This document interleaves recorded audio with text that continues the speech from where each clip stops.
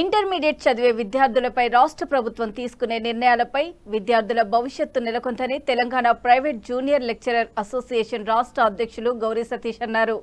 Telangana private junior college management association ఆధ్వర్యంలో హైదరాబాద్ సుందరయ్య విజ్ఞాన కేంద్రంలో విలేకరుల సమావేశం ఏర్పాటు చేశారు. ఈ సందర్భంగా వారు మాట్లాడుతూ రాష్ట్రంలో 1460 జూనియర్ కళాశాలలు ఉన్నాయన్నారు. 9,50,000 మంది విద్యార్థులు ఇంటర్ చదువుకుంటున్నారని తెలిపారు. 2026-27 గాను రాష్ట్ర ప్రభుత్వం విద్యా వ్యవస్థలో మార్పులు తెస్తున్నామని అధికారులు చెప్పారన్నారు. కానీ ప్రతి సంవత్సరం మాదిరిగానే ఈ సంవత్సరం కూడా విద్యార్థుల భవిష్యత్తుతో చెలగాటమాడడం ఎంతవరకు సమంజసమని ప్రశ్నించారు.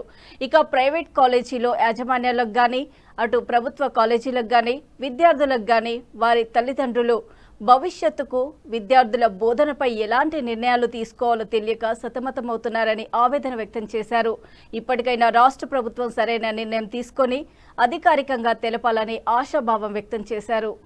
తెలియజేస్తూ ఎందుకు మేము జనరల్ బాడీ ఏర్పాటు చేయడం జరిగిందంటే, తెలంగాణ రాష్ట్రంలో ఉమ్మడి ఆంధ్రప్రదేశ్ రాష్ట్రం ఉన్నప్పుడు గతంలో ఉన్నటువంటి 10+2 విధానానికి అది దాని ద్వారా కాంపిటేటివ్ ఎగ్జామ్స్కి పిల్లలు ప్రిపేర్ అవ్వట్లేదు. అప్పుడున్నటువంటి గౌరవ పివి నరసింహారావు గారు వారు ఉన్నటువంటి విద్యాశాఖ మంత్రిగా 1971లో ఉమ్మడి ఆంధ్రప్రదేశ్ రాష్ట్రంలో బోర్డ్ ఆఫ్ ఇంటర్మీడియట్ అనేది ఏర్పాటు చేయడం అనేది జరిగింది, ఇందాక చెప్పినట్టుగా ఆర్డినెన్స్ ద్వారా. తదనంతరం భారతదేశంలో ఉన్నటువంటి మిగతా రాష్ట్రాల కంటే ఉమ్మడి ఆంధ్రప్రదేశ్లో కానీ తెలంగాణ రాష్ట్రం నుంచి కానీ కాంపిటేటివ్ ఎగ్జామ్స్లో అత్యధికంగా మన విద్యార్థులు సీట్లు సంపాదించేదాన్ని ఒక్కసారి మనం అందరం కూడా గుర్తు చేసుకోవాల్సినటువంటి సందర్భం.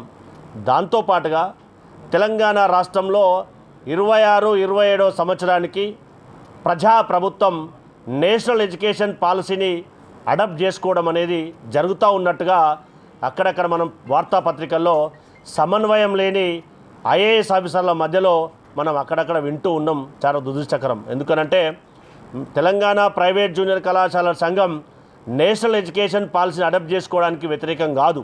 కానీ తెలంగాణ రాష్ట్రంలో ఉన్నటువంటి ఈ ఇంటర్మీడియట్ వ్యవస్థలో ఉన్నటువంటి ఎవరైతే అందులో భాగస్వాములుగా ఉన్నటువంటి లెక్చరర్స్ కానీ, ప్రిన్సిపల్స్ కానీ, కళాశాలల యాజమాన్యాలు కానీ, విద్యార్థుల యొక్క తల్లిదండ్రులు కానీ 9.5 లక్షల మంది విద్యార్థుల యొక్క భవిష్యత్తును ఆలోచించాలా, ఏ విధంగా చేస్తే బాగుంటుందో దయచేసి మేమందరం కూడా 25 నుంచి 30 సంవత్సరాల నుంచి ఈ వ్యవస్థ నిర్మాణం కోసం, నాణ్యమైన ఇంటర్మీడియట్ విద్య కోసం శక్తి వంచన లేకుండా ఊపర్ షేర్వాని అందరు పరిశాని అన్నట్టుగా మా కళాశాలను నిర్వహిస్తూ ఉన్నాం.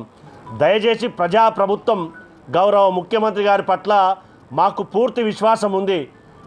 మమ్మల్ని ఎందుకనంటే స్టేక్ హోల్డర్స్గా ఉన్నటువంటి వారిని, వారి యొక్క ఆలోచనలను ప్రభుత్వం ఈ విధంగా చేయబోతుంది, మీకేమైనా అడ్డంకులు ఉన్నాయా, మీకు ఏం చేస్తే వ్యవస్థ నిర్మాణాత్మకంగా పనిచేసే అవకాశం ఉంటుందో దయచేసి ఆలోచించాలని చెప్పి కూడా తెలంగాణ ప్రైవేట్ జూనియర్ కళాశాల సంఘం తరపున ప్రజాప్రభుత్వం యొక్క అందులో భాగస్వాములుగా ఉన్నటువంటి వారందరం కూడా దయచేసి అప్పీల్ చేస్తూ ఉన్నాం. గౌరవ ఐఏఎస్ ఆఫీసర్లు ఇచ్చినటువంటి రిపోర్ట్ ఆధారంగా చేస్తే గ్రౌండ్లో ఉన్నటువంటి వాస్తవానికి విరుద్ధంగా నిర్ణయాలు జరిగే అవకాశం ఉంటుంది కాబట్టి అప్పీల్ చేస్తూ ఉన్నాం. ఎందుకనంటే ఎప్పుడు కూడా నిన్న నేను ఒక ఇంటర్వ్యూ వింటూ ఆకునూరు మురళి గారి స్టూడెంట్ సెంట్రిక్గా మా డిసిషన్ ఉంటుంది అంటారు. స్టూడెంట్ సెంట్రిక్ అంటే మేమందరం కూడా తెలంగాణ రాష్ట్రంలో ఉన్నటువంటి 9.5 లక్షల మంది విద్యార్థుల్లో సగభాగానికి పైగా వారికి నాణ్యమైన ఇంటర్మీడియట్ విద్యను అందిస్తూ ఉన్నాం. మరి అలాంటి స్టూడెంట్స్ని ఎక్కడ సెంట్రిక్ చేసుకొని మీరు నిర్ణయాలు చేసుకుంటారో ఒక్కసారి ఈ సమాజానికి కానీ ఏ విధమైనటువంటి పాలసీ రూపొందిస్తున్నారు, మీ రూట్ మ్యాప్ ఏంటి? మరి ఇంటర్మీడియట్ విద్యా వ్యవస్థలో స్కూల్ ఎడ్యుకేషన్ మిర్చి చేస్తున్నారా, లేదంటే 11th 12th స్కూల్ ఎడ్యుకేషన్లో మిర్చి చేసి, మరి ఇందాక మా వరదరెడ్డి సార్ చెప్పిండు, సార్కు సీఎం ఏమైనా ఫోన్ చేసి చెప్పారు నాకైతే తెలియదు, కానీ ప్రభుత్వ కళాశాలల్లో ప్రభుత్వ పాఠశాలలో చేస్తున్నారు అంటే మరి పాలసీ మేకింగ్ అనేది